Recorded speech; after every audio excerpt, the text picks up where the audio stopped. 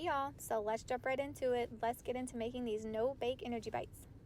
So first things first, we're going to measure out our coconut shavings. The recipe calls for 1 to 1/3 cup. You can do a little more, a little less. I think 1 cup works perfect. And then you're going to sprinkle that out on parchment paper. I have a convection oven with a toaster setting, so I put mine in there. I put it on toast. This could work the same in a regular oven. And then you use 2 cups of old-fashioned oats. I had quick oats on hand, and it works the same in the recipe, so I just used what I had. And then next we're going to go to peanut butter. I had some coconut peanut butter on hand, and it paired so good with the coconut shavings. So if you can get your hands on that, I highly recommend it. It makes it taste like a peanut butter almond joy. It is so good. And then we are going to add the flaxseed. I had ground on hand. I have bought the whole before, and I just ground it up in my coffee grinder. That works too. It is definitely a time saver though to purchase the ground. It just makes things a little easier. So you're going to add a cup of that, and then we're going to move on to chocolate chips. Chocolate chips is going to be a cup as well. I like doing mini chocolate chips because my little baby girl, Callie-Ann, she just can eat it easier and not have to chew through those big chunks of chocolate. And then we add in a teaspoon of vanilla extract. And then chia seeds are optional.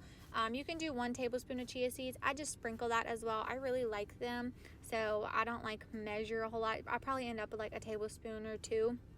And then we're going to add 2/3 cup of honey. I recommend getting local honey. We are going to add that, and then I did not rinse that cup or spoon after I dripped that. I made me a cup of coffee when I chilled this after with that cup of honey and the spoon, because I was like, I am not letting this gold go to waste. So then my coconut shavings were done toasting.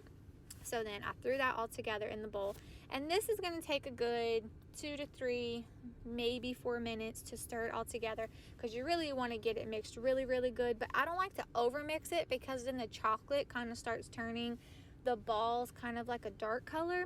So I just take my time, fold it all in there. You're going to have like oats at the bottom. Once you get it all good and mixed, you are going to cover with cling wrap or aluminum foil, just something, you know, to keep it covered. And then I like to use one of my little hair bands that I don't use anymore. It works perfect on my bowls. You stick that in the fridge. You can leave that in there for an hour or 2 all day. I never watch the clock on this part. I just leave it for a while, let it firm up. It just makes it so much easier to roll the balls when everything is cold. Ask me how I know.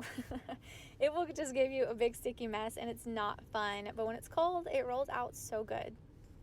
So we made 36 balls. That's what we ended up with.